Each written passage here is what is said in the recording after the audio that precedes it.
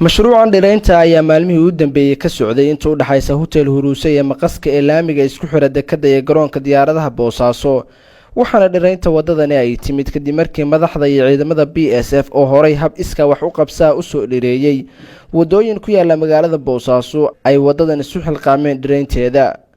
Qaadir Cali Maxamed Giija ay wad kamid ah saraakiisha sarsare ee ciidanka xoogga Puntland ee BSF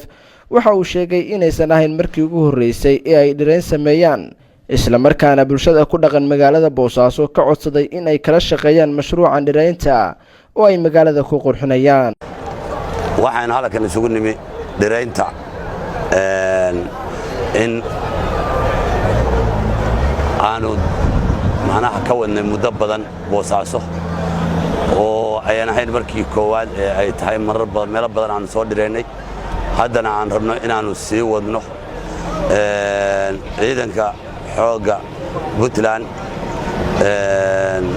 oo hogaaminayo General Asad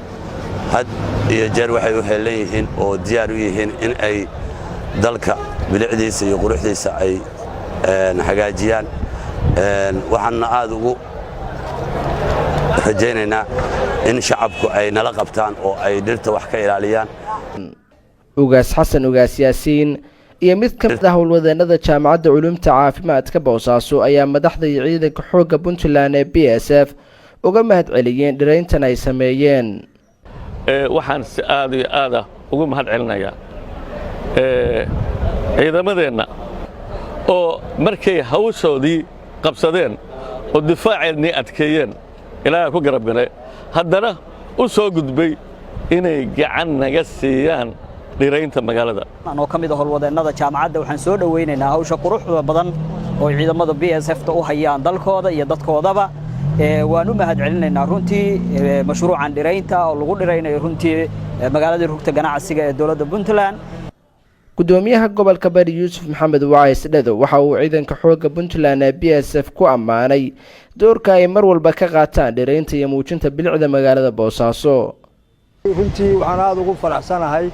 shaqo ballaaran oo ciidanka BSF ay qabteen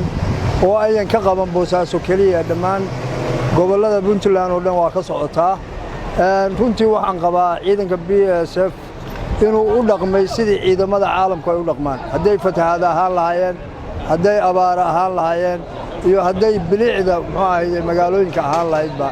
inay waajibkii ciidan lahaa ee sida caalamiga ah ciidamadu ay muxuu ahayd u gudan jireen inay u gutaan aad iyo aad baan ugu mahad celinayaa agaasimahooda guud iyo dhammaan ciidanka BSF magaalada Boosaaso ayaa ah magaalo ku taala dhul lama degaan xigeena waxaana ku yar dhirta cagaaran balse ciidamada Puntland ee BSF ayaa wada mashruucan dhiraynta waxa ay magaaladu isku bedeli doontaa mid noqota cagaar Cabdiraxmaan Ibrahim Maxamed TV-ga raadiyaha dawladda Puntland magaalada Boosaaso.